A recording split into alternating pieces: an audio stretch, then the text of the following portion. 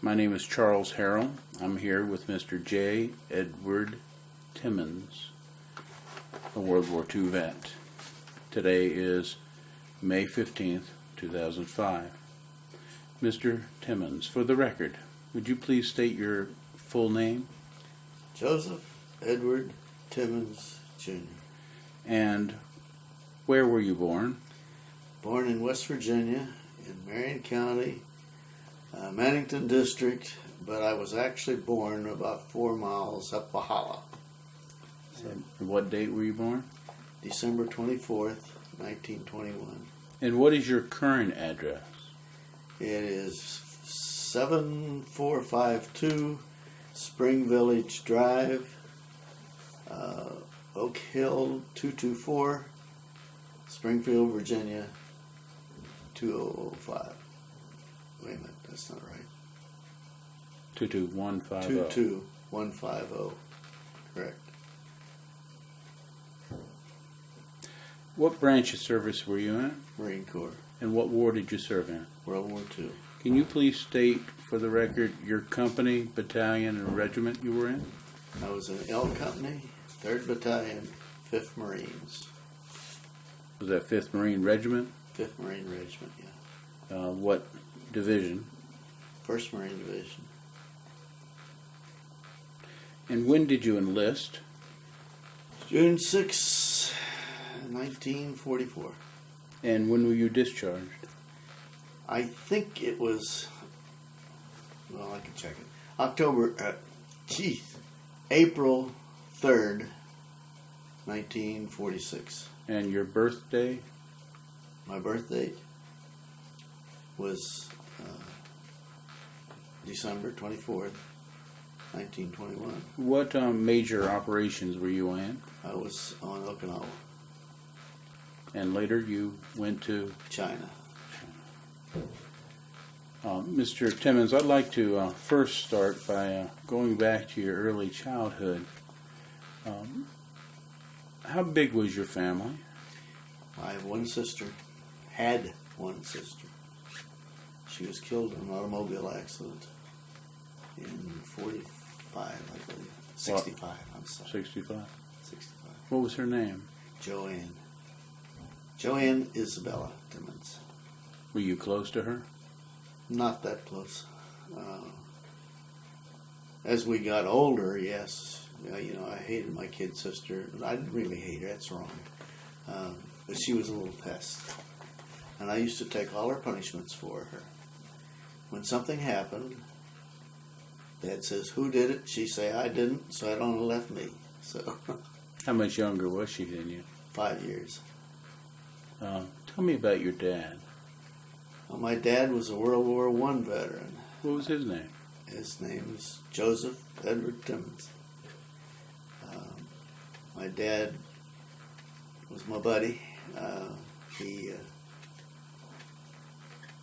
had several jobs, I guess. He worked in the oil fields at first. And then he worked for the WPA. And then he worked for Westinghouse. And so he retired from Westinghouse. Can you remember anything happening before the great stock market crash of 1929? Yeah, I was in school, but the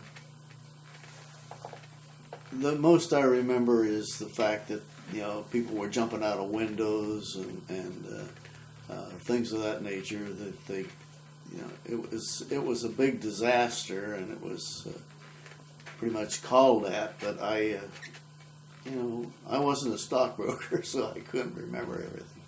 How did it affect your home in the Hollow in West Virginia? Not really at all, what I could see. Was your dad working still? Oh yeah, my dad at that time was probably still working in the oil field. He went to Texas and worked in the oil field. He went to Pennsylvania and worked in the oil field. And then he worked in the oil field as a tool dresser in West Virginia. Was he? Did he take the family also? No, family was home. So was your dad away a lot of time? Yeah, he was away quite a lot in my very early years. How about your mom? Mom was right there.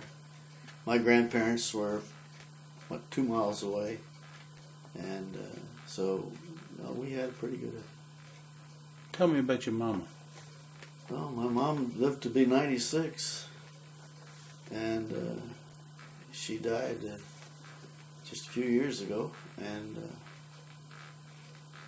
my father died in 79, just before his, I guess, 83rd birthday, something like that. And I used to spend an awful lot of time driving back and forth to West Virginia because my father died in March of 79, and I retired from my job in June, the 30th of June, 1949. Oh, God. 1979. I can't make the difference. What was your mom's name? My mother's name was Lily Gertrude Cross Timmins. As a child, did you like any of the special meals that she made you? Anything you liked? Oh, Mom was a good cook, but my wife's even a better one. So, actually, I think my favorite meal was probably the simplest they could get. It would be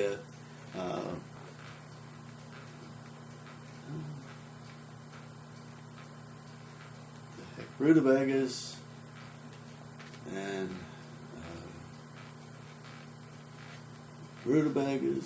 maybe baked beans or something like that. It was very, very simple meals that my favorites. Up there in the Hollow in West Virginia. Yeah, up in the Hollow, West Virginia. Actually, we were a place called Flat Run, and it was a country store, and that was all that was there. So, but there was houses around, but there was 1, 2, 3, 4, 5, 6 houses around the store. Was one of your houses around the store? Our house for a number of years, until my dad bought his own house, was directly. You could walk across the store and down the steps, and you were at our house. So, did you spend a lot of time at that store as a youngster? No, not really. How about your grandparents? And what grandparents were you talking about? My grandparents, my mother's father and mother, were farmers, and I used to work on the farm in the summertime. They were every Sunday churchgoers. There was one church in the community, and it was the Union Valley Baptist Church. So we went to Sunday school and church every Sunday. Sometimes I walked, and sometimes I didn't. It was about half a mile or so, maybe away. In this church, in your home, was it just your mother, your sister, and you? No, Dad was there a lot of the time, but not all the time. And so it was just Mother and my sister and me. How big was that house? Boy, when they built the house, it was a rented house to start with. We had 3 bedrooms, living room, dining room, kitchen. After Dad built the house, or he had the house built, and I can't remember exactly when, but there was 1, 2, 3 bedrooms, a kitchen, a dining room, a living room, and a sitting room. It was built in the shape of a box with 1, 2, 3, 4 rooms downstairs, and upstairs there was a bedroom, and a bedroom. Was this house far away from the first house? No. Gee whiz, you could probably throw a rock that far. I see. What was the name of your grandparents? My grandparents was Thomas Elwood and Rosa G. Cross. And were they your mother's parents? And my mother's parents. How about your dad's parents? My dad's parents, I don't really know that much about them. My grandfather, I knew. Grandpa Bill was lived in New Kensington, Pennsylvania, and they would come to visit us a couple or 3 times a year, and we would go up there maybe once or twice a year. But Grandpa Bill he did a little bit of everything and got along fine. He had a pool table in his garage, and that was fun. So, and then we had lots of uncles and aunts. They were all Westons. And they lived in New Kensington. They lived in, they lived, what the heck was the name of the place? What slips me?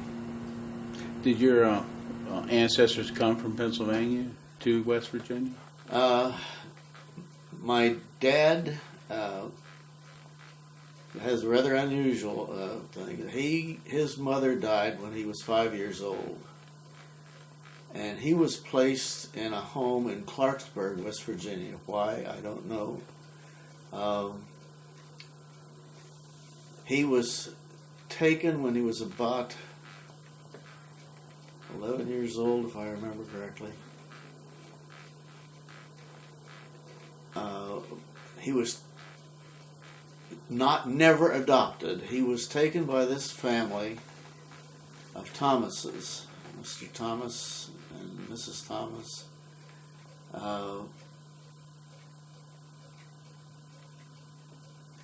Actually, what they were looking for was a farmhand. And so he worked the farm until he was, early manhood.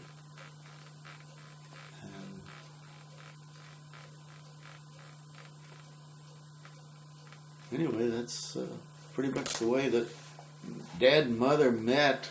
My mother was a school teacher. She was teaching school, and I guess they just grew up together. So I'm not too familiar with all the things. I can't remember anyway. You said your dad was in World War One. Yeah. What was he then? And my dad, I think, ended up as a corporal or maybe a sergeant. I've got some pictures somewhere of Dad's, but he never left the States. He enlisted when he was underage and was sent out to Washington, to Fort Lewis, Washington. And I don't know, they had something to do with the timber industry. They had to monitor the timber industry, and I've got pictures with him on large oak trees and things of this nature. But he was, he was at Fort Lewis, he was at Fort Meade, and I don't remember the rest of it. But he never left the States. Never left the States. Did your parents get married after World War One? Let's see, after World War One. After 1919? After 19, yeah, we did. So you were pretty much born when they were still rather young. See, Dad was 20. I was born in 21. Dad was 22. And my mother was 23. And they went to living up in the hollow up there. And they lived up on Flat Run for a long time. Yeah. Did she continue to teach after she got married? No, she wasn't allowed to teach after she got married. They were taking a man's job then.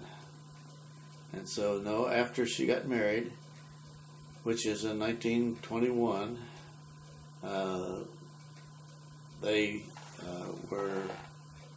she was no longer eligible to teach. Did she just stay home and raise kids?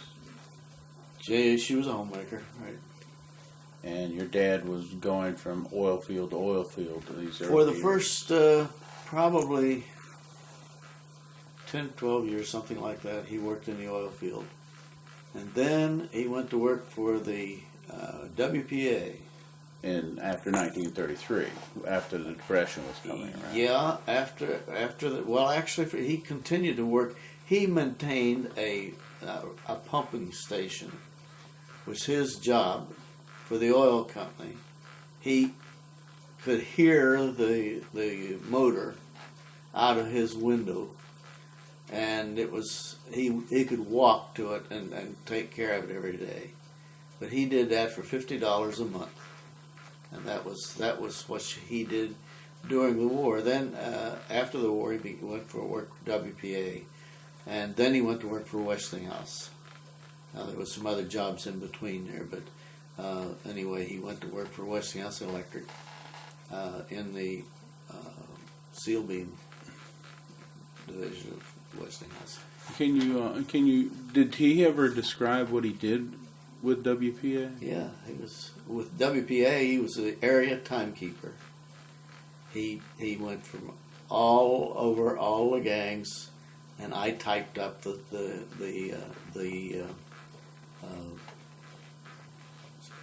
time sheets for him. For working at different places. Well, no, he traveled about 100 miles a day as a timekeeper, in which he kept the time for all of the gangs that were, in all northern West Virginia, I guess. So he was coming home pretty much every night. Well, he came home every night. In that time when he was working with WPA. Right. Do you recall when Hoover was president? Yeah. What was your opinion about Hoover back in those days? I know you were still a kid, but Yeah, well, I was a schoolboy, and Hoover had a lot going for him. He had been the food administrator for many years, and not many years, but for a number of years, and I don't know. I think Hoover got a bad rap, but he wasn't the best president in the world either. So when the stock market crash and the Depression started hitting, did your father lose a job with the oil field? no, he continued to work for the oil field. Did you have anybody at your school that you became very friendly with? Oh yeah. Ones that you remember to this day? Something Yeah. lifelong? Most of them are dead. We have reunions generally every year, but we were down to about 18. Let's see, there were 25 boys and 25 girls in the graduating class. And we were down to about, 16, 18, something like that. But one of my closest friends, all the time during school, enlisted in the Army, became a sergeant, went to work for Holabird in Maryland, and he developed, he had, I've forgotten now what it was, but anyway, he died about 4 or 5 years ago. And his wife, who was a close friend, was also expired in the last 3 years, something like that. What was his name? His name was Jerry Hayes. Did Jerry and you have something you did together when you were kids that made you close? No, we lived in different communities. It happened in high school, I guess. But no, we were smart guys and all this sort of stuff. We made good grades and came out on the tops and all this sort of stuff, both of us. And I would spend the night with him, weekends and things like that, and he would come to our house and spend the night. And we just did the normal boy things. That was,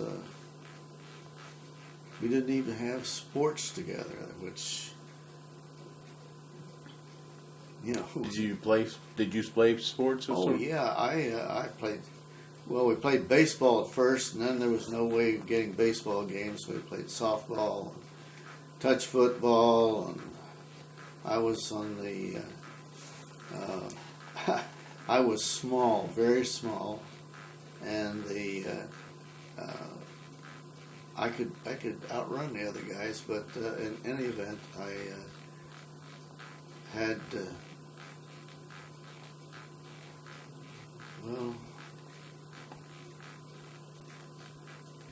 well, we did pretty much the things that you normally do. Well, Sunday afternoons we played football and baseball.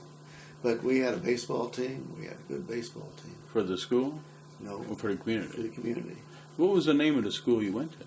I went to Bannington High School, and I went to Flat Run Elementary School. So, Was there any of the teachers that you got to know real well and were like mentors to you? they were all that way. I had 3 teachers. My first teacher was a man named Duncan, Mr. Duncan. And West Virginia's rules for school are you have to be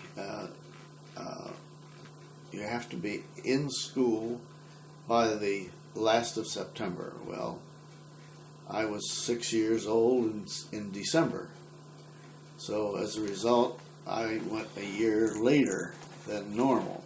But then I doubled up. I doubled up in the 1st and 2nd grade, and then I doubled up in the 7th and 8th grade, and went to high school with my thing. I had to ride the bus to high school, this kind of stuff. Did you have any pets that you were close to that you remember to Yep, this day? I remember. Well, 2 pets, but one was a large German police dog who was just.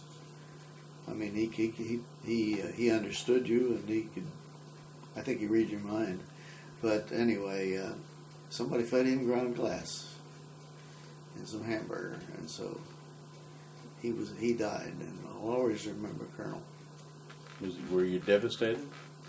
Very much so. How old were you at that time?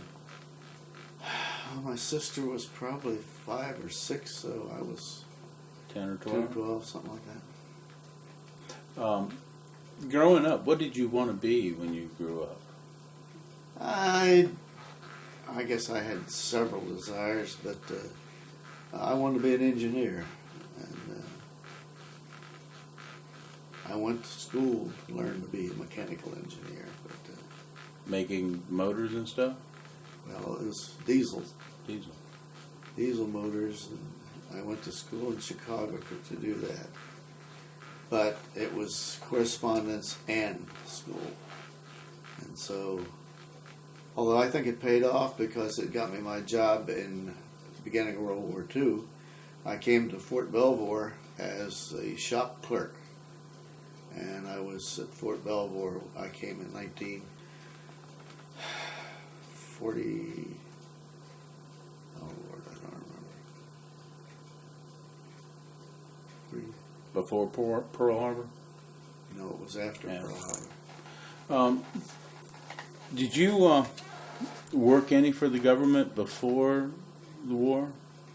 Yeah. Besides that at Fort Belvoir? Yeah, I went from Fort Belvoir. They reorganized, formed the Transportation Corps, and I was transferred in November of '45 into the new Transportation Corps, and was in the Pentagon right after it was completed. I worked for the Army until I left in '44. Then I came back to the Army in '46 and worked until '62. And then I worked from '62 until '79 in DCA.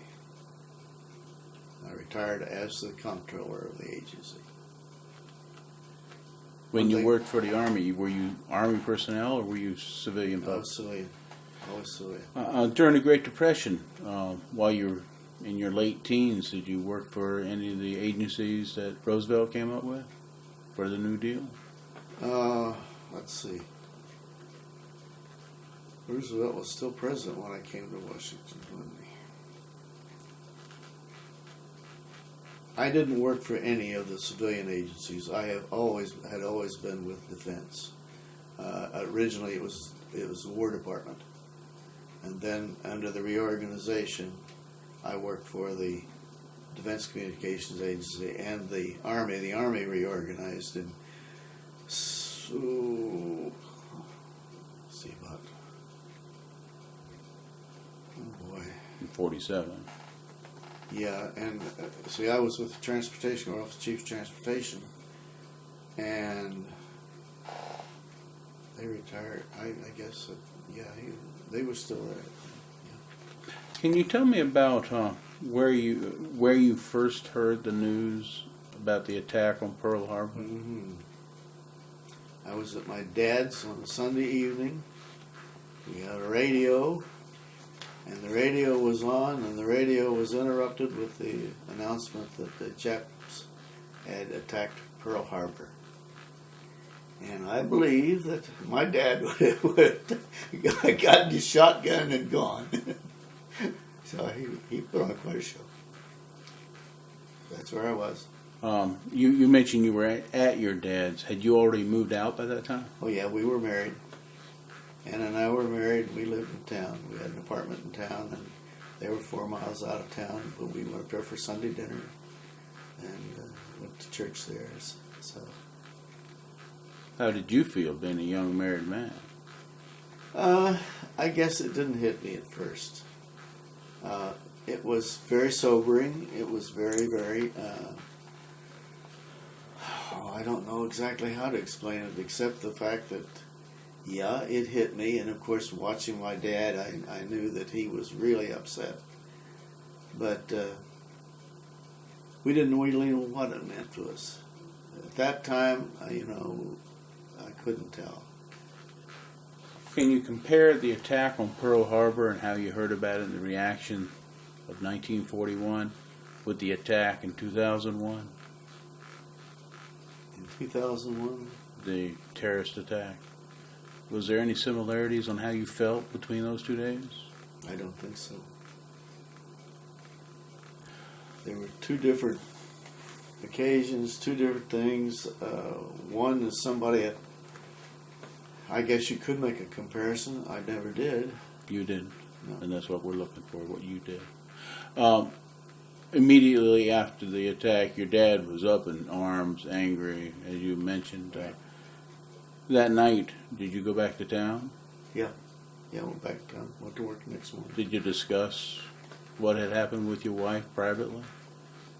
Oh, we talked about it. Yeah, we talked a lot about it. In fact, the matter then, it was.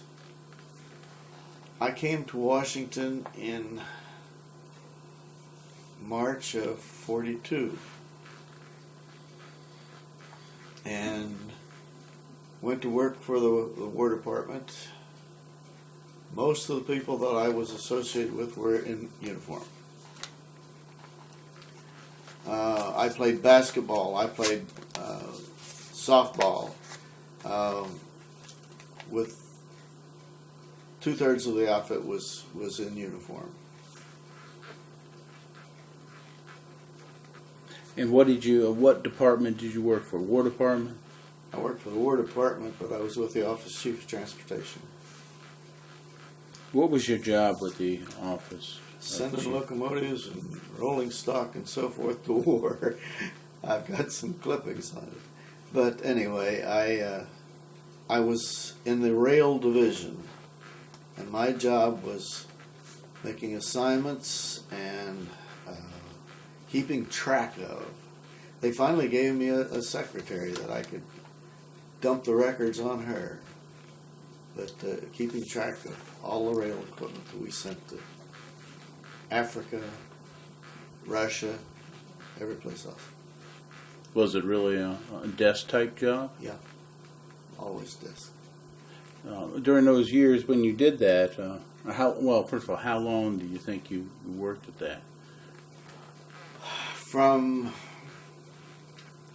let's see, there about 40. A year, 2?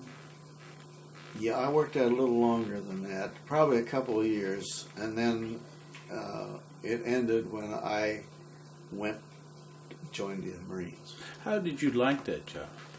It was fine. Or was it just a job? Was it patriotic No, type? I thought I was important. I thought it was important that we got the right stuff at the right place, and I remember losing a whole 10 boxcars one time. Couldn't find them to save my neck. They were due at Boston Port of Embarkation to be shipped to North Africa. Were you traveling a lot? No, not then. Had you traveled much as a kid? Not much, no. Locally. I went to Chicago to school. By yourself? By myself, yeah. And, we made weekend excursions, things like that. Had you ever been to Washington before that time? No.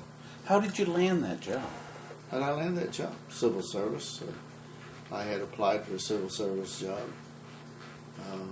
Took the test at the post office and made a good grade, and they wanted me. Had you ever even considered being in charge of paperwork before? No, I worked in a pottery before. You worked 2 years with doing this transportation job. Yeah. Did you live in Washington too? No, we lived in Virginia. I started out at Fort Belvoir with the engineer board, and it was, let's see, I was with the engineer board. That was from March of 42 until I went in the service in June. June 44. 44. But I went from Fort Belvoir to the Pentagon in October, I believe. Yeah, October of 42. And basically you were either at Belvoir or the Pentagon those 2 years. Yeah. So you're working as a civilian contractor with the government? I was a civilian employee, civil service. And you were still only in your 20s, right? Yeah, I was in my 20s. I was in my 20s when I went to the Marine Corps. Why weren't you worried about being drafted? Because I was a father. You had a kid. We had one child, and the fathers were not being drafted at that time. But my boss, who was a very fine Army major, decided that I would probably be drafted. So he proceeded to start action without my knowledge to commission me as a second lieutenant at my desk. And one day he came to me and he said, I want you to go up to the secretary's office and sign some papers. And I said, sign what papers? And he explained to me what it was. And I said, I don't think I want to do that. We had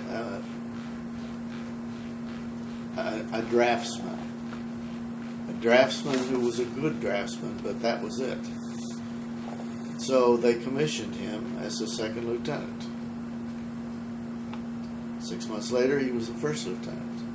6 months later, he was a captain. He never did a lick of work all the time I knew him, because he was beneath his dignity to do it, to be, as an officer, to do drafting work. So he never used the drafting board anymore. So I don't know, somewhere or another, there's too much of me that said that wasn't the way that it wanted to work it. So I said, I don't want a direct commission. I don't want to be another by his name.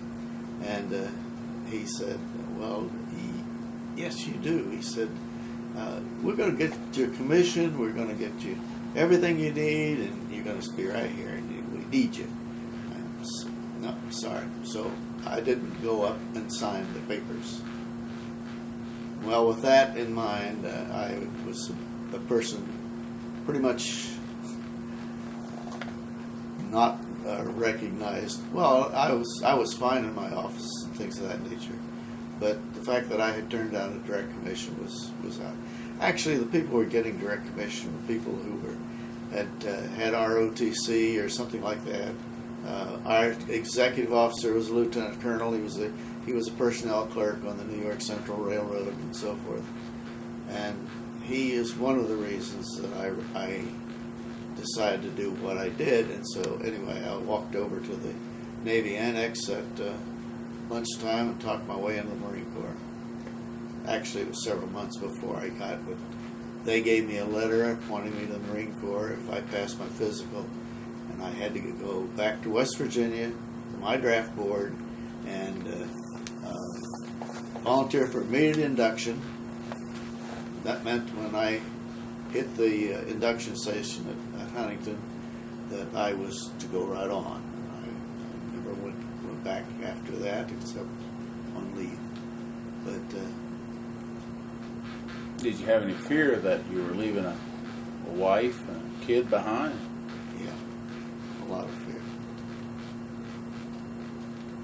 Whether you thought it was better than taking a chance being drafted? No, really my draft status had nothing to do with it. It's the fact that I just thought that all my friends were in uniform.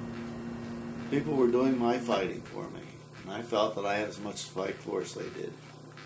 And so it's just one of those things. I'm sorry I can't explain it. It was deeply embedded in me that I was shirking and that I should go and do my share. Even though you could have become an officer and shirked your way right through the war. Shirked my way all the way through the war and sat right at my desk. What'd your wife think at the time? I don't know.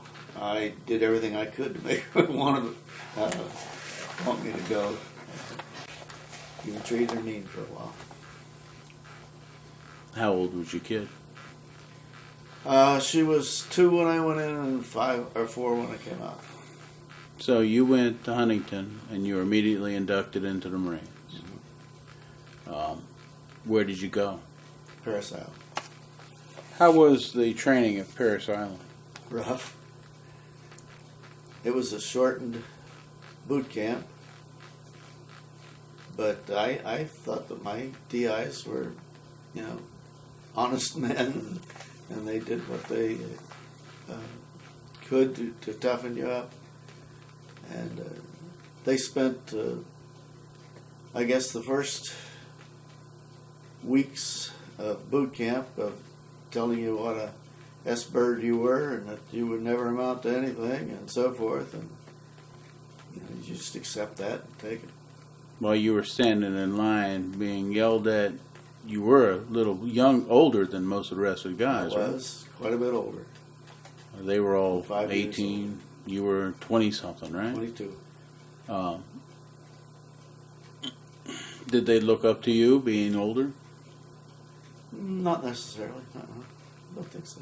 How about the drill instructors themselves? Were they your age or younger? Some of them were younger. But in fact, about it, my DI was with us in Chicago last week.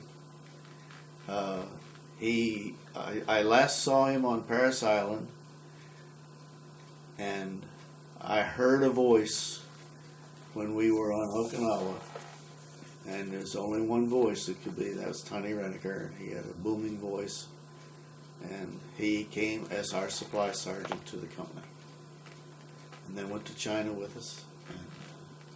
He was in L Company all the time. And you saw him up there in Chicago. Yeah. I met him. I didn't, I was not socializing with him or anything. But I saw him when he came, and we had it made on Okinawa for the first 30 days anyway. But after that, it was a different story. Well, you were on Parris Island for a shortened boot camp of about how many weeks? 9 weeks, I think. 9 weeks. Were you physically fit? Yeah. Good shape. Good shape. Yeah. Did they give you any tests that could apply to what you would be? Yeah. How did you do? I topped them. Two of us made the highest scores, at least at that time, and we were both told that we were going to be groomed as officers. Well, I thought maybe I could stand that, because that way I was earning it. But in any event, things happened in the Pacific, and so they said, sorry, all schools canceled, and so forth and so forth. I was going to Quantico. Did you get to Quantico? Never did. As a civilian. Where did you go after Paris Island? To Camp Lejeune. And I went through the training battalion there, and then through weapons. And I was the fastest machine gunner in the whole outfit. I could take it down and put it back together, and it was blindfolded and quicker than anybody else. Anyway, the orders were posted then to ship out, and my name wasn't on it. So there was another boy's name who was not on it either, and he was a mortarman. Well, it turned out that we marched right up to headquarters to see the major, and the major very curtly told us that if the Marine Corps, we'd go where the Marine Corps wanted us to go, and we'd stay where the Marine Corps wanted us to stay. And therefore, we were staying. And he said, Timmins, you are the machine gun instructor for the next training battalion, and Thompson, you are the new mortar instructor. How was it being an instructor, a teacher? Oh, it was fun. It was fun. How long did you do that? I did it for one training battalion, and then I shipped out with them. Where did you go? Went first to the Russell Islands. Did you get across the states by boat or by We went across by train. train? Yeah, troop train, no less. How was traveling a troop train? It wasn't the most comfortable thing in the world, but again, you don't worry about it. So I shipped out, and Well, I want to ask this question. While you're riding that train across the country, were you thinking about where you could have been behind a desk directing that train? never entered my mind. Never entered my mind. Never entered my mind. No, I was doing what I wanted to do, and that was. Well, I said the Marine Corps gave me a gun, and I told them that I should go someplace where I could use it, and they didn't disappoint me. Within 6 months, I was in the Pacific. Were you an expert shot with this machine gun? I was a sharpshooter. I failed it by 4 points. Also with the M1? M1. Too? Yeah, M1. Was this a 50 caliber machine gun you were going to be in charge of? No, we trained in 30s. Both water-cooled and air-cooled 30s. So I trained one battalion and trained with another battalion. And so, but those were 30 calibers. However, when I got on Okinawa, they gave me a 50 and said, you shoot down airplanes. Guard against counterattacks, really, is what we were supposed to do. Well, you went to the Russell Islands. Did you ship out of San Francisco? No, out of San Diego? San Diego. Do you remember the name of the boat you got on? Yep, USS Carroll. Oh, no. I shipped out from the States on the Ernst, the General Ernst, an Army troop ship. Was this the first time you were on a large ship? Yeah. What did it feel like? I don't know. Everybody on there was sick. You were too? No, I was fine. First of all, I drew mess duty, or I drew kitchen duty in the spud locker where we were peeling potatoes. And the Navy cook said, hey, you guys get sick, There's these great big tins of crackers up here, 5-pound tins of crackers. Help yourself. So I didn't get sick until about the fourth or fifth day out, and the officer of the day said, "Hey, you're still standing." He said, "How about giving me a hand?" I said, "Okay." I was through my duty, and so I went to give him a hand. It's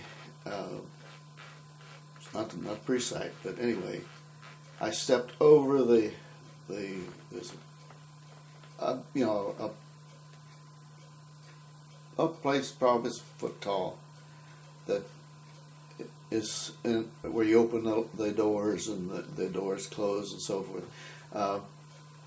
I stepped in there over my shoes, and it was all plugged up. Vomit and everything nasty you can think about. And I got sick. that did it. But anyway, didn't have any more problems. No more. How long were you on there, General Ernst? I think we landed.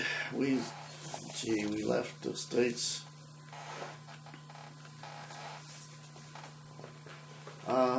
Around the 12th of December. I don't remember the exact dates.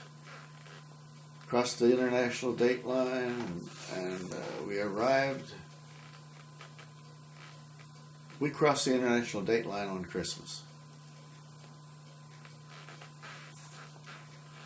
And we lost that. I had Christmas for, I think, 12 hours or something, maybe not that long. We crossed the date line, and then it was the next day. It was the 26th instead of the 25th. So that's when I crossed. We ended up, again, I don't remember the exact dates. But where did you go? Was that when you were heading? Battn Island. Battn. Battn Island was a former coconut plantation. But Is that in the Russells? It's in the Russells. It's actually...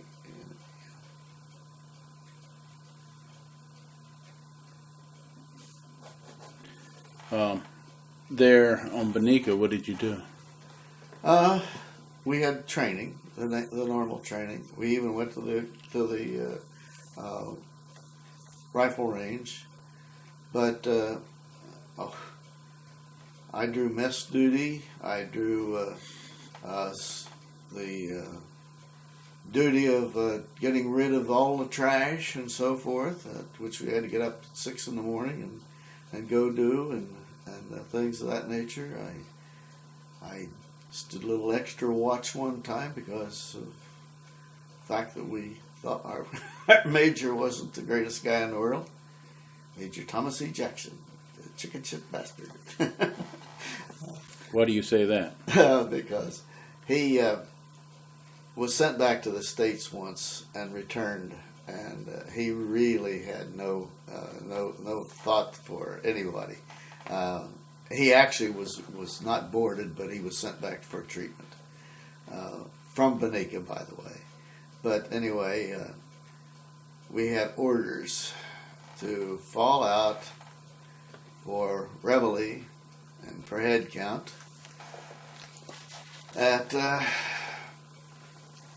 under full dungarees, collar buttoned. After 4 o'clock in the afternoon, and we were on this tagline island, you had to wear a field scarf, and you had to be dressed in your khakis, and they had to be pressed and all this sort of stuff. And, we had a hard time doing this. So anyway, the first morning that we fell out in full dungarees, we were in huts. Fell out.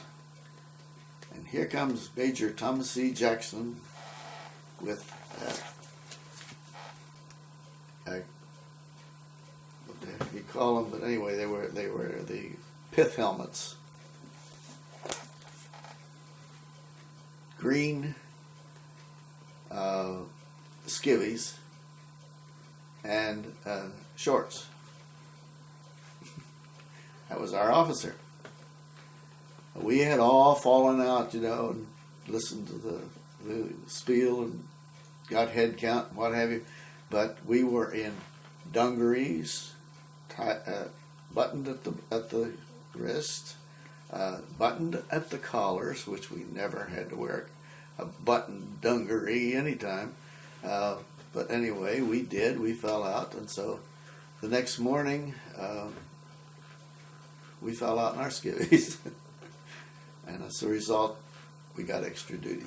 So I worked the trash pickup for I guess a week, 2 weeks maybe. I don't know. Were you with L Company by this time? No. L Company was. Gee, I don't know where L Company was at that time. I was still in a replacement group. Was this the set of islands where Amatuka was also? It was Bonica, Pavuvu. I don't remember an Amatuka. Did you go between the islands while you were there? Very seldom. We did a couple of times. And then when we were boarded ship, getting ready to go to Okinawa, we did training, landings and so forth off of Guadalcanal. So how many training landings did you do? Probably half a dozen. And during these training landings, what were you trained to do? You trying to get yourself wet. You simply went off the end of one of these Amtraks, and sometimes they got one in far enough that all you got your feet wet, and sometimes they didn't get in that far, and sometimes they got all the way in. But anyway, I think we probably did a half a dozen landings. Oh, can you describe what you were supposed to do on these training landings when you got off the Amtrak? Oh, you take your rifle, you take your double pack, and you raced inland and stopped. And then you got a lecture, and then you come back and you did it again. Were you a machine gunner at this time? Yeah. So you were hauling along? No, didn't have to take the machine gun then. But you had a rifle to take along? I had a rifle. Were you issued a sidearm of any sort? Not at that time. I was, after we got to Okinawa, I was issued a .45 because I was put in charge of the 50 caliber on the beach. When you were in Bonica, did you stay there until you loaded up to go to Okinawa? Yeah, until we had boarded ship, we were on Bonica, and we loaded ammunition. We did all kinds of stuff like that, just to keep busy.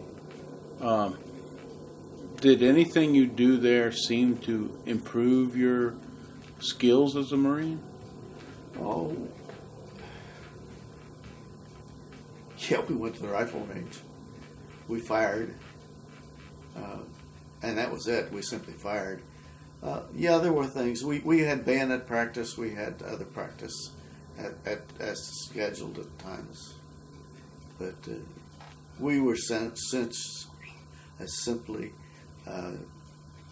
preparing to board ship and to go to Okinawa. How was your health during those months? No problems. Did you did you know anybody who got sick from malaria? Oh, we had to take malaria tablets every day. No, I don't remember anybody that that got malaria. Did you have time to make friends in this replacement place? Oh, sure. We had plenty of time. We were there from the end of December until the middle of February, I guess, maybe past that we boarded ship. If you looked at your personality here before you got into combat, were you an outgoing type person? I don't know. Not too much. And then you started loading up for your major operation. Right.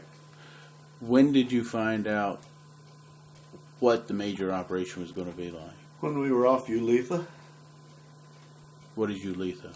Uletha is another island that we were about halfway there, and then they told us what our job was, and we were going to be replacing the 1st Division. 2nd Division. Our replacements were all headed for the 1st Division, and so they were beginning to, worry about casualties and things of that nature. Did they give you any specific mission besides just be a replacement? No. And by this time you had loaded up. You were carrying a machine gun. We had the machine gun. Yeah. Was it a 50 caliber or 30? 30. All 30s. 30 air cooled. As you approached Okinawa, do you remember which way you were coming in? We came in from the Okinawa's like this. We came in from the west. The Japs were expecting us to land on the south part, the southern part of the island, and they had gotten everything arranged to really blow us off the place. But I don't know why their intelligence was bad, but anyway, we came in from the west, and we were, for the first few days, we were practically not even, there was no resistance. Were you on the first wave to go into Okinawa? No, I was, I think, on the 7th wave. All on the same day, though? If my memory is correct, I landed on Easter Sunday, but I could have landed on the following morning. Is that when the invasion happened, on Easter Sunday? Easter Sunday morning. April 1, 1945. So here you are on Amtrak with, do you know the people with you? Some of them. And you're not in a unit, though. No, we were all told to land and to start fighting our way inland. Okay, we didn't have any resistance, so the 1st Division cut across the island in 2 days, right across the island. We stayed on the beach. When we landed, my officer told me that I was in charge of this gun. This is now your gun. I'm a PF, or private first class. Anyway, I was given the gun, and I had Timmins, Tilly, Tiller, and Thompson. Those were my guys. And we decided to place the gun in, well, it's to guard against counter landings. So there was a pillbox which had been blown apart by the Navy, and we dug that thing out. We stole litters, made nice bunks inside it, and sandbagged that gun in on the top of that pillbox. And I guess we were having a pretty good time, because about the 2nd or 3rd day on the beach, we got orders from the Air Force that if we didn't quit shooting holes in their planes, that they were going to come in strafing. So that was the end of our playhouse. So you were using your gun to shoot at anything that came by in the air? What was happening was that the Japs would come in, and they would come in low, and as they came in low, they would drop tinfoil. Balls of tinfoil, about this big around. And that would disorganize disorient the anti-aircraft. But the Air Force was chasing them. And so we were mishitting every now and then, and we were shooting holes in the airplane, so they said no. Let's stop here and change the tape. Here you are on the beach with 4 people in your team. They all start with T. Did that make any difference to you? Yanked right off the roster. Just same thing. Had you trained with any of these guys before? Actually, I don't remember. when we went to Banika, we were all in the same unit, and I was the trainer for the unit that we went with. So I don't remember Were you the highest rank of them all? PVT. Hardly. They were all the same. We were all PVTs. So what made you in charge? The officer said, "You're it." That's it. I don't know. There may have been a reason. He knew I was their trainer, but.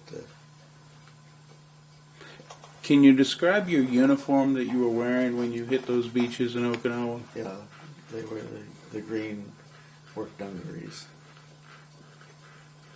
Did you have a belt that you wore too?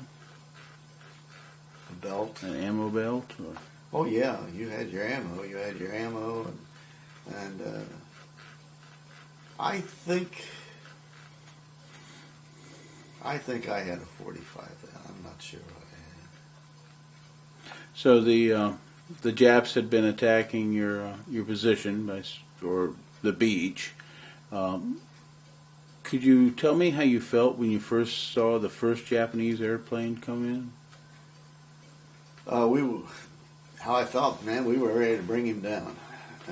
That was, that 50 caliber makes beautiful signs in the night. You know, when you're shooting all those tracers. I think every fifth bullet is a tracer, and it just.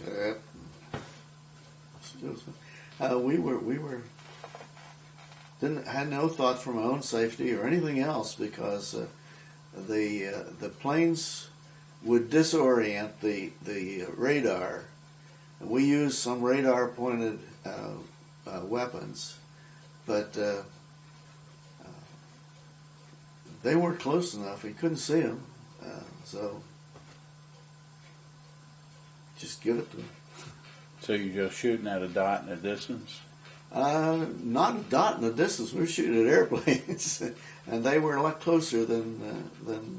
In fact, when they come overhead, we'd shoot at them.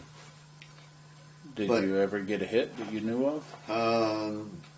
We had some hits. We knew that we were putting holes in the airplanes, but I didn't bring any down that I can remember at all. But the Air Force said we were hitting airplanes. How many other folks had 50 caliber machine guns doing the same job? None. It was just you? Just us. We had the only 50, and it was on Yellow Beach, and right where we landed. But we really had it quite good because when the ducks and the Amtraks would come in off of the ships, bringing 10 and 1 rations, and we had K rations and so forth, we'd roll off a case, so it stopped at the right below us. We just roll off a case and run it in. So we were eating well. Good shape. Was anybody else firing at these attacking Japanese aircraft besides your 50 caliber? There was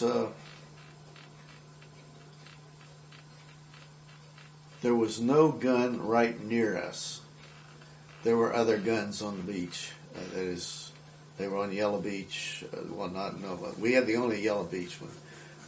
There were some on White Beach and others between us and Yantan. So I don't know. I don't think so. Did you have to keep track on the number of bullets you used? No. If you had that guess, how many bullets do you guess you shot in those per day while you were there?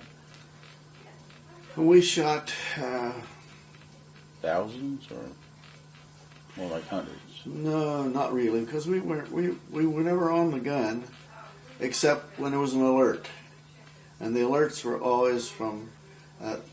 We were to guard against counter landings. There were no counter landings, none whatsoever.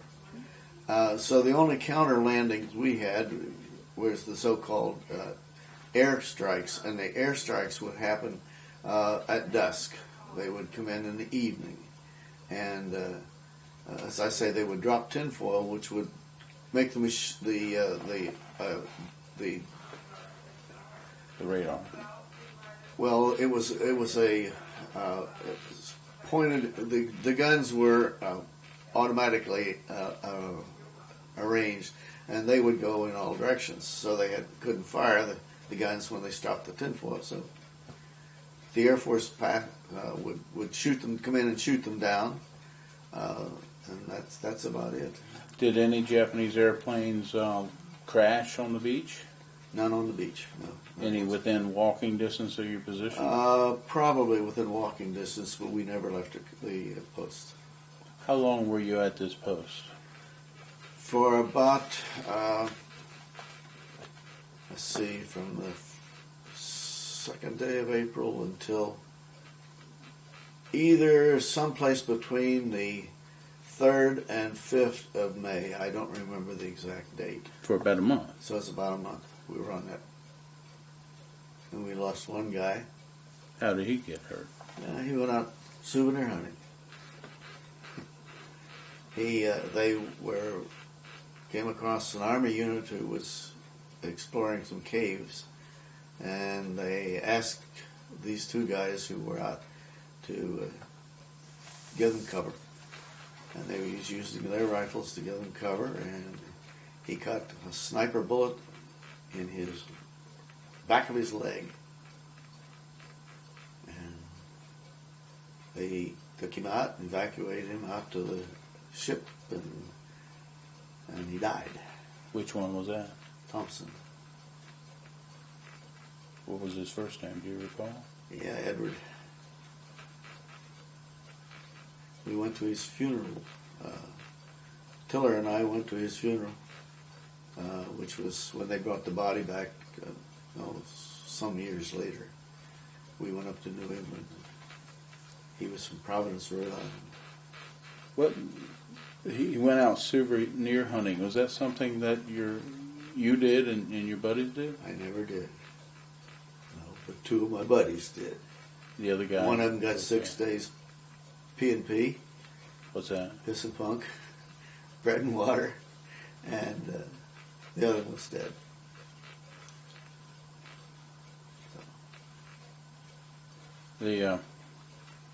And you were working in teams of 4 people, right? At that time, we were 4 people. Had you been assigned to Company L by that time? No, I joined Company L on what we call Red Hill, which was south. We moved south, and then I was with L Company from there on in until we secured the island. So on about May 5th or 6th or 7th or so, you moved off the before beach. third to the 5th, somewhere in there. I don't remember the exact date. You moved off that beach, right? Moved off the beach. But for a month you were there. Yeah. Getting the best of all the rations being landed and Right.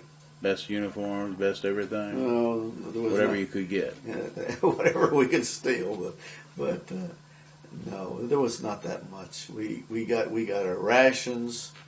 In fact, Myra, we never went to the mess hall because we were supposed to stay on the gun. But so that way, they knew what we were doing.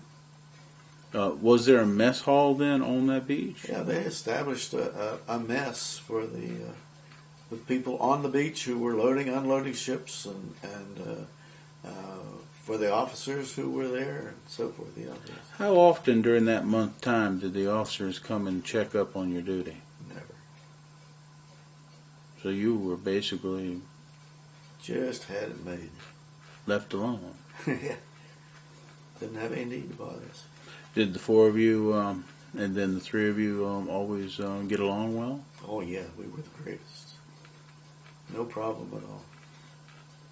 Did you have to be on alert during the nighttime also? Yeah. How did you get through those?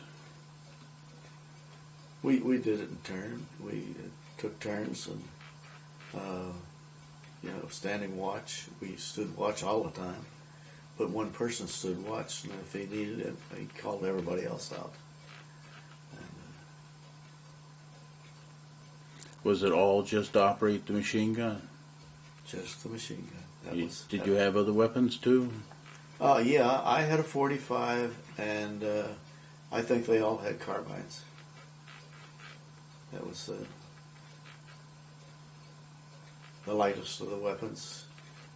And a machine gun unit, well, a machine gun squad, let's put it that way, would have a gunner, an assistant gunner, and the assistant gunner carried the tripod.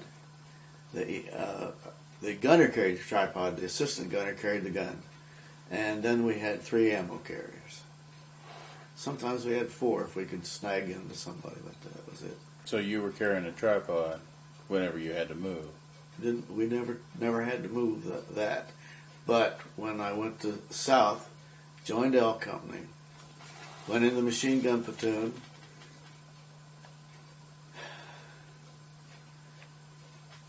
I had the tripod. I did. I had the tripod, and they took that away from me on the second day, and I got hit on the, I don't know, must have been about, I don't know how many days it was or anything. I was back at the hospital for 5 days. My company commander was in the hospital at the same time with malaria. And I told him what I was going to do, and he said, "Oh, you bought a stick around." And I said, "No, I'm going back. I'm going back in the morning." And so I thumbed my way back to the unit, and they were just at the base of Shuri Castle when I got there. My orders were to, I went back into machine guns. I had been pulled out of machine guns by my company commander, Captain Smith, who said, "You're my runner now," and so I became his runner. Can you tell me about you getting wounded and what you can remember happened? All I'd done, I was crossing the stream, and I suddenly felt some strange things in my hand, and I looked, and I was bleeding. Left hand? And I think it was the left hand. Yeah, it looks like it. It looks like it. Yeah, this is the one that's got the holes in it. And actually, I ignored it. I just simply, went on with what I was doing. And we were moving towards the castle, but we had to go through a schoolyard, and that was where the Japanese had some guys posted, and they were doing their shooting. And so we skirted that. We finally cleaned it out, and after we had gotten that schoolhouse cleaned out,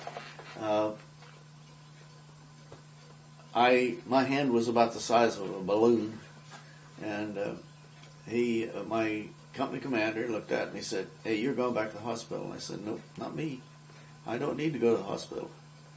And he said, "Yep, you're going back to the hospital. Next Jeep that we send back, you're going back." Well, I argued with him. Didn't do any good, because he still told me what the Marines did and didn't do. But I went back, and the swelling had gone down. Almost all of it had gone when I decided I was going back to the company. And the reason I was going back to the company, because I couldn't stand it in the hospital anymore. What was wrong? They were bringing guys back. There was the second night there. This kid, and I mean, he was 17 years old. They brought him back. He had been hit by a short round from a Navy gun. I don't know that it ever shows up in his record that the Navy threw in a short round, but anyway, he was pretty bad. And he cried all night long. He cried for his mother, and he cried for his brother, and he just simply cried and cried and cried, and the next morning he died. I was awake listening to this all night. He was in the bunk right next to me. So it doesn't take very much of that to do me. So I was ready to come back. So I hitchhiked back to the lines, reported to my company commander, and at that time it was, my company commander had been replaced because he was back in the hospital when I was. And Little Red Metzger was the company commander, and we fought our way to the tip of the island, and that's about the way it went. As you went across that island, I've read that there were lots of caves and it seemed to be crisscrossed by gunfire. Did you get subjected to any of that? All kinds of gunfire. We crossed an open field once, and about the time we were about halfway across it, gee whiz, the rifles and machine guns and so forth were all cutting down. One particular occasion was Corporal Smith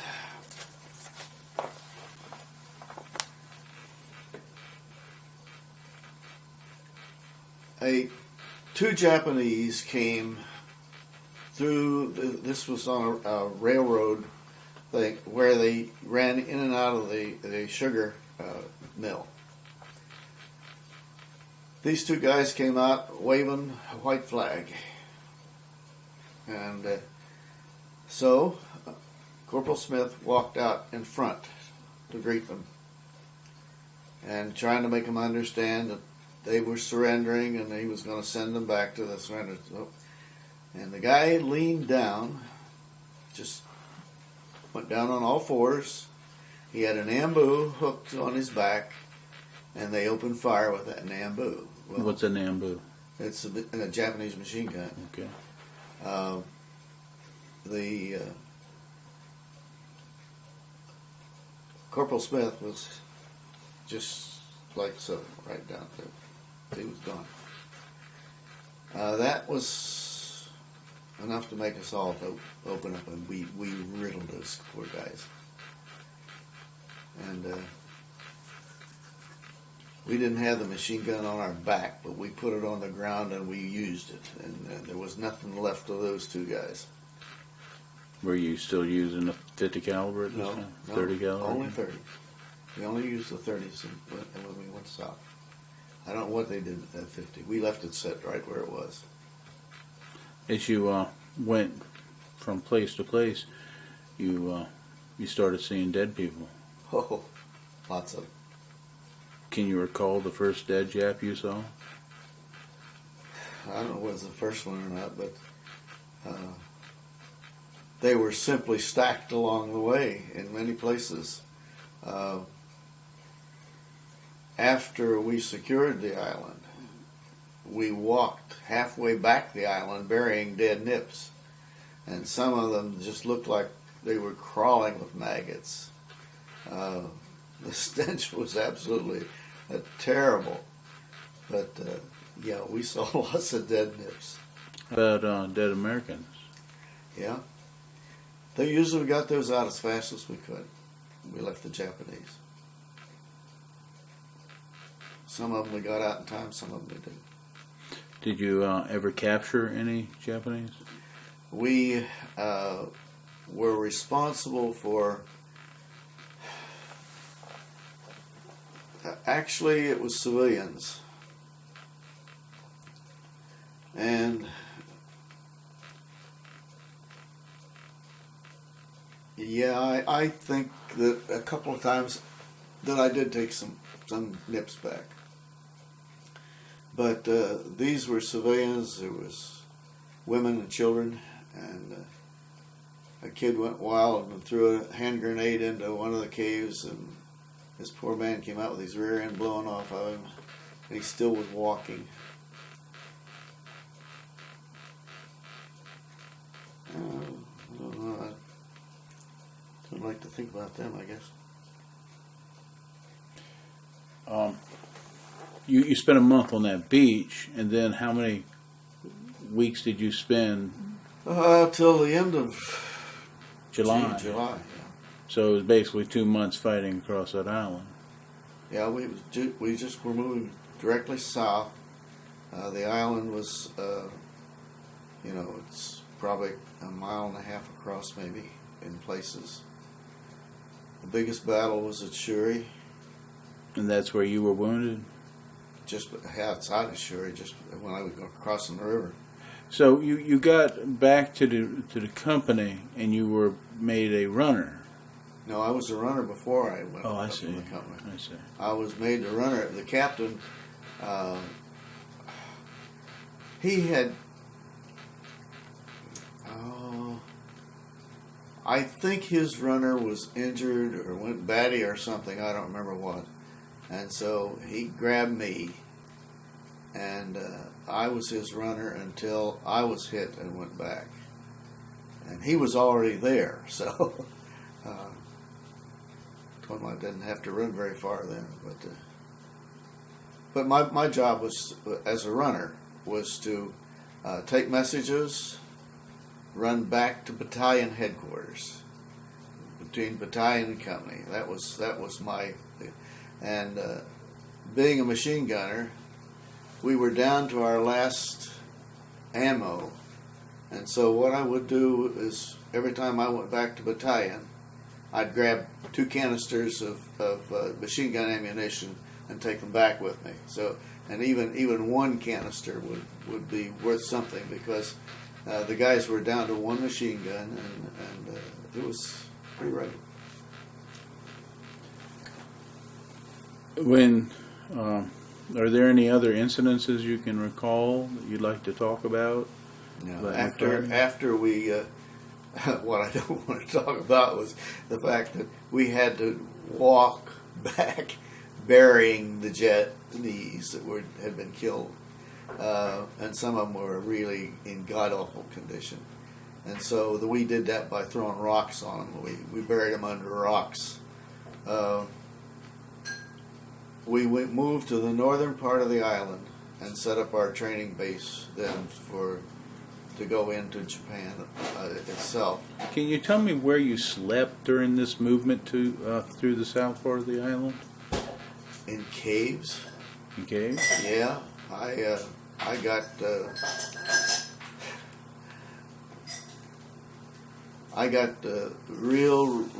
one time pouring rain down. So we crawled in a cave, and I crawled in head first. Went to sleep, woke up, didn't know where I was, completely disoriented from the standpoint of how to get in, how to get out. There was no way I could see anything out anyway. So that's when I got claustrophobia. And I still have claustrophobia, but not as bad as it was then. But anyway, yeah, we slept in caves. We slept outside in the foxhole, in the pouring rain down, or whatever you wanted. And how do you do? Would you like some water or some Coke or something? I don't care. He likes that one, sure. Whichever you like. I have a straw. It's all right. You want water? It's all right, just. So how many days did it take you to walk back up the island? Oh, if I remember correctly, it was maybe 4 or 5 days we walked, and then we drove. We were in trucks to the very northern tip of the island. Had you ever been in, seen any armor on the Japanese side or the American side during this entire time? No. How about artillery? Lots of artillery. They were on tracks. They had them inside the caves. They just wheel it out, boom, boom, and wheel it back in again. You couldn't find it. You mentioned that you were sleeping in caves as you went from place to place, and I guess other places also. Did you ever crawl into a cave and see these artillery pieces? And no, the caves that we were sleeping in weren't very many, because I didn't sleep in caves anymore. I slept with my back against something or outside. No more caves for me. But anyway, no, they were burial caves. They were just as high as it took for one of these large urns to sit in them. So they would sit upright. And we used to move those things out in order to get in. And anyway, that's. So it was more of a cubby inside of a hill or something. Oh yeah, it was crypts. And by the way, they were pretty much, just a place to carve a niche carved out of the hillside that you could set these herbs. While you were on that island, did you ever look off into the sea, or could you see the ocean from where you were? Yeah. We could always see the ocean from Yellow Beach, of course, but there were times when we could see the sea. We could see the Navy ships. I had a poncho brought. It was pouring rain down, and a shell landed, and it was a phosphorus shell, and I got some of it on my poncho, and got the poncho burnt right off my back. I just pulled it off, and I was fine. There were a few little holes in my dungaree blouse, but so that was from a short round. Yeah, there were times we could see it. And then when we hit the southern tip of the island, it was nothing but nice ocean out there. Nice beach. Japs used to come out of the caves over on the right side in front of the 27th Division. And as they would come across, I had a nice machine gun there. It was fun. Just like shooting ducks in a shooting gallery. Was that considered a bonsai attack? They didn't do any bonsaiing there. They were trying to get away, and no bonsai. Although Captain Red, Big Red, landed in my back. He said, "What are you trying to do? Get us all killed?" I was shooting them. Nope, I don't want to get anybody killed. I want to kill them. Did you see any kamikaze attacks on the boats when you could see them off in the bay? We saw the results of them. I've forgotten the name of the ship, but I was trying to think of it. That was came into Uletha while we were laying off Uletha, waiting for the invasion. We were on board ship, and it came in. It was still afloat, but it was pretty badly damaged, and it was damaged because kamikaze landed right square on the deck.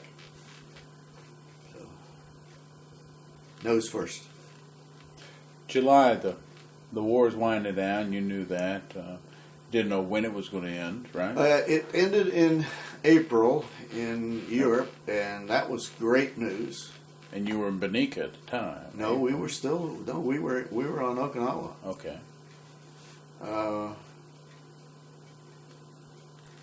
Then how about the news about FDR's death? That was taken pretty hard by a lot of guys. Because he was the only president we had served under or anything like that, and we were really concerned about him. But anyway, when he died, the word spread rapidly, and that the president was dead. So. And Harry Truman's going to be president. Right. Did you have any clue what he would do? No, not really. But we felt that it was okay because he seemed to be going to continue what Roosevelt was doing, and he had guts. You were training up there in the northern part of the island in late July, after it was secured. It was from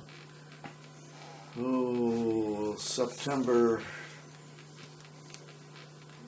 August, late August probably. Late August. Yeah. And I don't remember the date, but I know we were at a lot of places before we got there. The Harry Truman drops the bombs. Yeah. On Hiroshima and Nagasaki. Right. You had no clue what these bombs were. Is that true?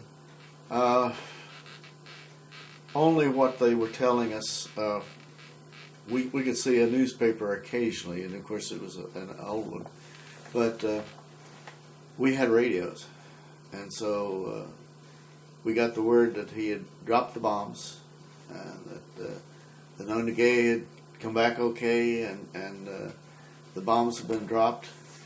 And it wasn't very long after that. That was in August, I guess, that Japan surrendered. Knowing what you know about the atomic bomb today, how do you feel about the dropping of the atomic bomb in Japan? They should have dropped it sooner. Nobody that was getting ready to hit the middle of that island, the main island of Japan, where we would have probably lost every man that we took there. You'd be lucky to get off the island. Nobody was concerned about them dropping the bomb. And I don't know of any but the guys that were in the Pacific that still would say, oh, they should never have dropped the bomb. So you were in favor of it then and still are today? I certainly was, because while it seems inhumane, and nothing was humane about the war anyway, the very fact that it may have saved, just literally thousands and thousands of lives when they dropped it and they surrender, nobody was going to be arguing about it. So how long after the surrender was it that you were in this camp on Okinawa? We were in the camp before the surrender. We followed the surrender.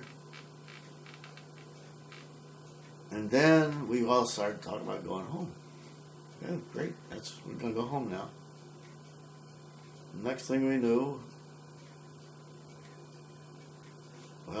Sergeant Major of the battalion came to me and he said, you used to work for Transportation Corp. I said, yeah. He said, do you know what a ship's manifest looks like? Yeah. Do you know what a passenger list looks like? Yeah. Do you know what hatch tallies are? Yeah. I know those things because I've seen them, that's all. He says, well, pack up your gear and report to the port. We'll have a jeep take you down. He said, you're now assigned to ship's TQM, Transportation Quartermaster. And you're going to do the documentation for this move to China. So I moved down, and I worked, and I did all of the documentation. Got the ships loaded, and we went to China. And when I got in China, I got on a truck, and I went into Beijing. Next morning, Sergeant Welch was sent for me. Where in the hell did you go? I went to L Company. Why? That's where I belong. He said, you don't belong to L Company anymore, you belong to me. So, in China, I was in headquarters company. Court martial clerk. Still with 5th Marine Regiment? Oh yeah, 5th Marine Regiment. But I was with headquarters company rather than L Company. As court martial office clerk, is that what they call you, court martial clerk? Yeah. What was your duty there? MPs pick somebody up.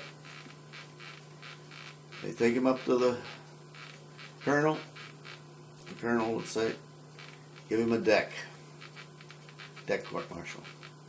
Or there was a couple of general court marshals. A deck was office hours. In other words, you went up and the company battalion commander read you out real good, and give you 3 days, 5 days P&P, and then you went back to your unit.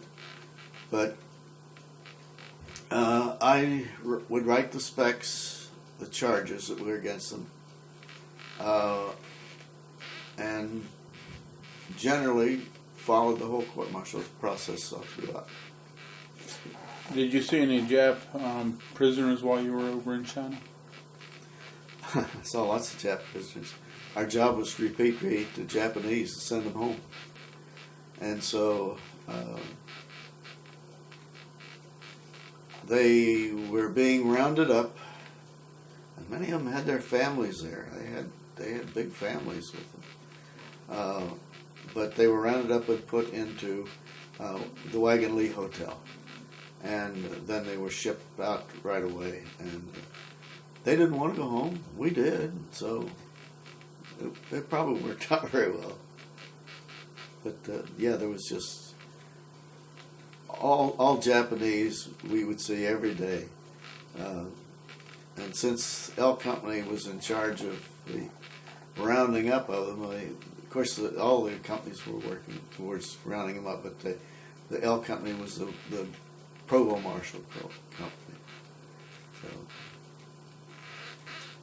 we used to pretty much go where I wanted to go, and with L Company protection. So. How about the Chinese? Was there a difference that you could see? Or? Chinese were wonderful. We had houseboys who were Chinese, and our houseboys were the most wonderful guys in the world. We were invited to dinner one night, my friend and I, to this one Chinese home. Hugh, H.U. was his name. And Hugh invited us to him, and his mother, his grandmother, that was the head of the family, and she simply she said, "Okay, Punk, you sit here, and you sit here," and I was on one side of her, and she was on the other, he was on the other, and she made sure that we kept eating and eating and eating, and we didn't want to eat that much. But anyway, we had a great time, and they were. I wish I could, could. Hugh was probably older. He was probably in his 30s or 40s. I wish I could have found him. If I could ever go back, I could have found him, but it would be too late now. Long time now, see. Could they speak English well enough? They spoke English excellent. How about the Japanese? Japanese, you can always tell Japanese. Japanese has trouble with L's. And, yeah, you get some English. Like, you come up, hear somebody at night, and they say, come up with one of their statements, hey bud, and so forth, and this kind of stuff, and you could tell who it was. So their English wasn't that great. Did you write your wife? Oh yes. How did you write her? By letter or by? It was usually the heck they call it. They had the fast mail. V-mail. V-mail, yeah. You use that? Yeah. And sometimes I would write letters if I didn't have any V-mail stuff handy, why I'd write letters to her. Yeah, I used to write to her frequently. How about she sending you things? Let's see. Yeah, she sent me pipe tobacco. She worked in a drugstore while I was gone, and she would send me pipe tobacco, some cookies and things like that. So, You actually got cookies from the States through the mail? seldom. But yeah, we did. They were sometimes days and days and days old, but they were edible anyway, and they were eaten quickly. Did you see any USO shows while you were overseas? Any what? Any shows by No. entertainers? No. What did you do to while away all those hours when you weren't in combat? Go out and get drunk? Were you a big drinker during that time? No. We used to, my best friend, who was in K Company, and I used to go on Liberty together. And we had everyday Liberty, which was very, very unusual. Meaning it's like a job? You showed up to work and then you got to go off during the night? Well, any time that we were off duty, we could go on liberty. And this was after the war, then? After the war, this was while we were in China. Okay. And the first sergeant kind of screwed up one night, and he had gotten rather inebriated, and his morning report was wrong.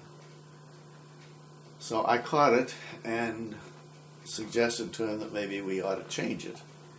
And he said, okay, you change it. So I changed it, and it went through, everything was fine. And the next day he came to me and he said, what can I do for you? He said, you just pulled my ass out. And I said, no, I didn't do anything except what I'd have done for anybody else.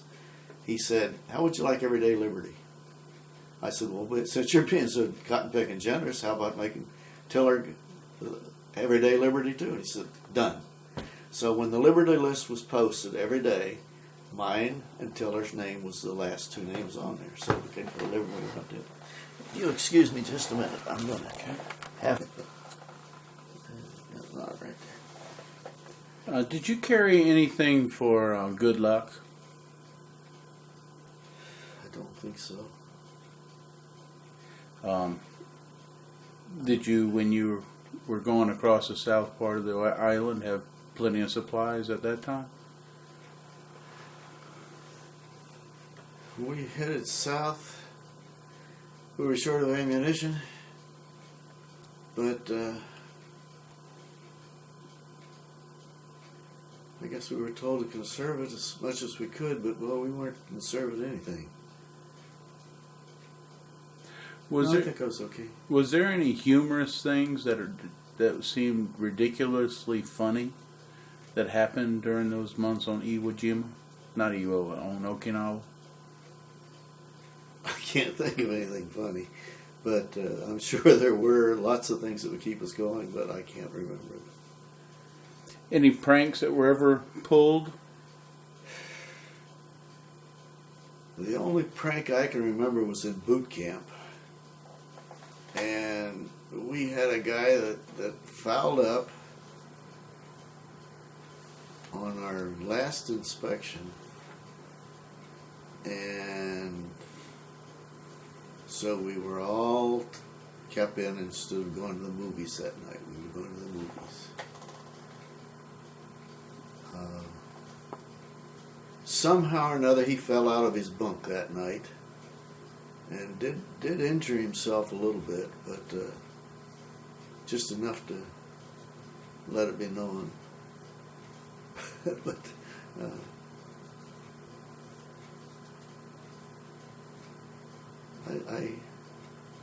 he fell out of his bunk. But Did you keep a personal diary during the war? no. Did you take many pictures during the war? Didn't take any pictures until we got in China, and Tiller bought the camera, and he took the pictures, and I told him, take this, take that, and the other. No, I did not take any pictures. Were you in a lot of pictures? Quite a few. We went to the Great Wall and took pictures, and we went to Beihai Park and went ice skating and all of those things we did. Yeah, there was a lot of pictures taken in China. The war's over, but you're still in the military. I know you wanted to get back. What was delay? What was the delay for you getting out of the service? We had to have enough points to get out. I think I left China on the around the 3rd of May or something. Was discharged around the 20th or something. I don't remember the exact dates. No, I don't have it. I used to carry it in my wallet, my discharge paper, but I don't even. When you left China, where did you go? I went to San Diego to Chicago, and I was discharged from Great Lakes.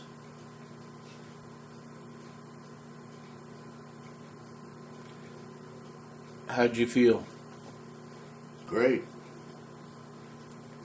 going home. Where were you living by this time? Uh, Where was she living? my wife went back to West Virginia and was in Fairmont. She had an apartment in the same building that my dad and mother had. Dad had moved to Fairmont to be closer to his work. He was working for Westinghouse. And I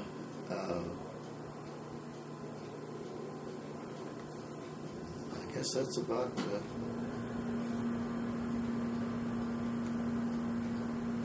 Can you recall the day that you showed up at home? yeah, sure can. What happened that day? Well, they met me at the station, the train station. I came in from Chicago by train. And my little 4-year-old daughter didn't know me. A little hesitant. But she was assured that was her dad. And anyway, from that time on, it was great. I stayed. So you got back in April. I came back to Washington and applied for my job back, and then I came back to work in June, I believe. Forgot. Did you ever decide to go and get a further education besides what you did at Chicago Yeah. before the war? I went to school nights. I started in September of '46. Went to school nights till I got my degree. Took me 9 years to get that degree. Was that a bachelor's degree? Yeah, most people get them in 4. But and then after I went back to work, of course, I was working all the time that I was going to school. After I went back to work and I had gotten my degree, and that was in 1955, just exactly the 50th anniversary this year. I went to school nights for another, I don't know how long, but anyway, when I retired, I needed 6 hours and a dissertation to get my master's degree. And I retired and said, I don't need it anymore, so that's it. Did you keep close contact with anybody that you served with in the Marine Corps after the war? Yeah. How long after the war did you? I'm still keeping in contact with Tiller was my closest friend all during the Okinawa campaign and prior and after. Tiller's health has deteriorated a great deal. He lives in Richmond, so I'm in touch with him. Have been for a long, long time. Then some of the guys that I served with, there's at least a dozen of them that I'm in touch with that I know what they're. Did you join any veterans organizations? Yeah, I belong to the 1st Marine Division Association. I belong to the China Marine Association. I belong to. Well, actually, I belong to a chapter in which is a Richmond chapter of the Marine Corps. So, what did you go on to do as a career after the war? I came back to the Army and I went back to work as a statistician, and I worked. Let's see, I could reconstruct it, but it's difficult. Anyway, I worked as a statistician, became a branch chief, and became a division chief.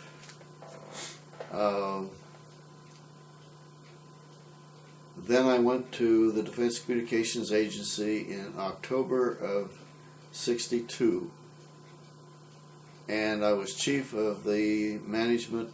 I think it was called Management Assistance Branch or something like that, a division. The controllership had been formed only recently because the Department of Defense said they were tired of taking care of all of DCA's work. So they formed a controllership, and I became the first chief of management. In 1970,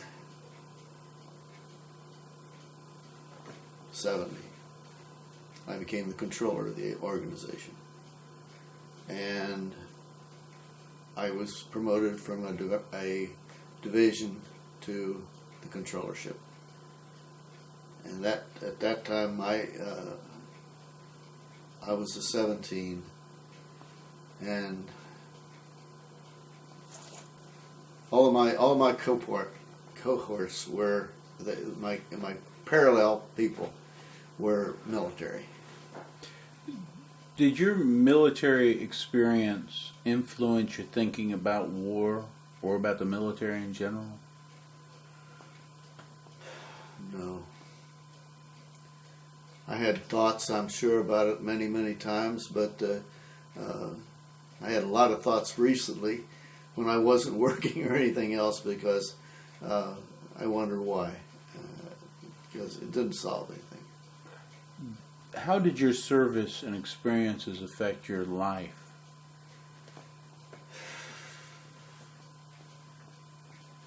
Well, when I came back, it was like I had left it 2 years before. I came back to work. We came back to Washington, and I continued to work, but all the time I'm associated with the Department of Defense. And so, there were times that I wonder why, and then other times that I don't know why we didn't do things sooner. And so, it hasn't really affected me in terms of the way I feel about wars, except that I think that, well, I had a real turnaround to do when we did the attacking. And anyway, I wasn't working for them then. I know that you're a hero in my son's eyes, and you did your duty as you saw it in 1944, 45. Is there anything you'd like to add for the future? No, I did then what, on second thought, sounds awfully foolish. I volunteered. I wanted to go where they could use me. That time I was in pretty darn good shape too. I could march all day and I could shoot all night. But in any event, it was the kind of thing that I would do again. Under the same set of circumstances, the same work conditions, the same everything else, I would do exactly the same thing. I would volunteer again, except I'd probably do it a little differently. I called my dad and I said, "Dad, I want to volunteer. I want to go into the service." And my dad pretty much shared the feelings that I had, that somebody was doing my fighting for me. And so he went to the head of the draft board, talked him into sending me a 1A classification, which I immediately snatched out of the mail room, had my boss sign it and send it back, because otherwise it would never have gone back. And so that way this was probably about March, April, something like that. And I was inducted on June 6th in the Marine Corps. Do you have any regrets? No, not at all. I would do the same thing again. I went to a reunion of my buddies that was in my company, just my company. Last week, I had a terrific time. They're all wonderful people, and the closer you get to them, the more you know them, the better you like them. So, the way it is. Thank you, Mr. Timmins, for your interview.